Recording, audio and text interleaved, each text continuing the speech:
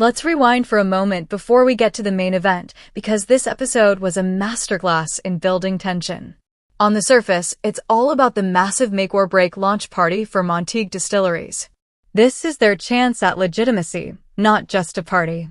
They will be judged by American whiskey, bourbon plus, spirits, and liquors, the industry's most recognizable brands.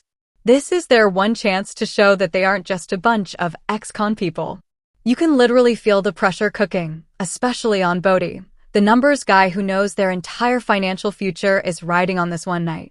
But of course, the criminal underworld never sleeps. Margaret, trying to win back her ranch, makes a deal with the devil by inviting the slimy gubernatorial candidate Thresher. The jealousy of Dwight almost leaps off the screen, but it's more than that. He sees Margaret trading one cage for another. Meanwhile, the New York families are circling like vultures. Quiet Ray is putting the squeeze on Bill, trying to get him to flip on Dwight. This is a loyalty test, and Bill is caught between the past and the future, and he's not handling it well. Then there are the Dunmires. Jeremiah, still fuming that Dwight stole his entire supply of booze, is in full-on revenge mode, planning to burn Dwight's dream to the ground. Ambition, betrayal, and animosity all coalesce in one group, creating a perfect storm. The bomb maker and the bug. This is where things get really interesting. Bill, looking like he hasn't slept in a week, comes to Dwight with intel that a wire room got hit. He's spiraling, convinced there's a rat in the crew leaking info to New York. But right as Dwight is trying to manage that, he gets a ghost call from a guy named Deacon. No context, just, "I need a meeting." Agent Musso, his FBI handler, calls him seconds later and tells him, "Whatever you're doing, stop. Take the meeting." Let's get to the bottom of this. It's the clincher that backs up our main theory, which is that Dwight's phone is being hacked. Musso has a live feed into his entire life. Every call, every text, every secret. That means Dwight has zero privacy, and Musso is pulling the strings from the shadows. Keep that bugged phone in your back pocket. It's the key to everything. So, Dwight goes to meet Deacon at the bread tub buck, but not before telling Tyson to wait outside. Why? Because this isn't just business, it's a moral red line.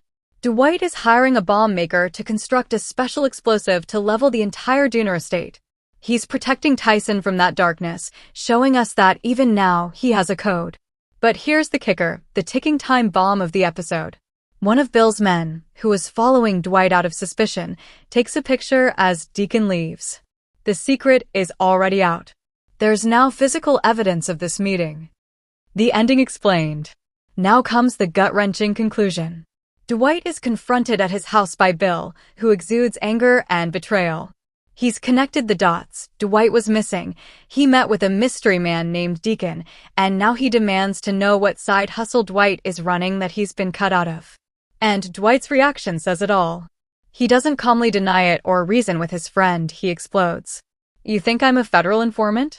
He gets violent, defensive. A man with a bad conscience reacts in a panic like this. Bill leaves their partnership in tatters. And as he sits at a traffic light, the screen fills with flashing blue and red lights. He's swarmed by cops, pulled from his car, and arrested. The last shot elicits nothing but devastating silence. Who then made the decision? After listening to the tapes, I've come up with 4 solid theories. Theory 1. Dwight the pragmatist.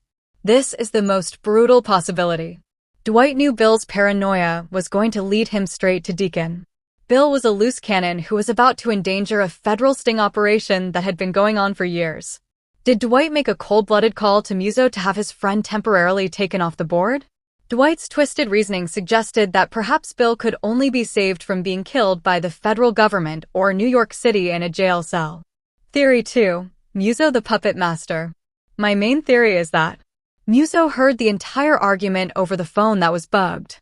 He heard Bill's suspicions, he heard him mention the secret meeting, and Bill became a direct threat to his entire investigation. So Musso, acting alone, eliminated the threat. By arresting Bill, he not only silences him, but also drives a massive wedge between Dwight and his most loyal ally. It's a classic FBI divide-and-conquer tactic, and Dwight is just a pawn. Theory 3. Jeremiah's revenge. Never underestimate the Dunmires. Jeremiah has the local police in his pocket. He is aware that Dwight is at risk without Bill's security and muscle group. He has all the power now that he has Bill arrested. Consider this scenario. Jeremiah calls Bill's cell and tells him to flip on Dwight.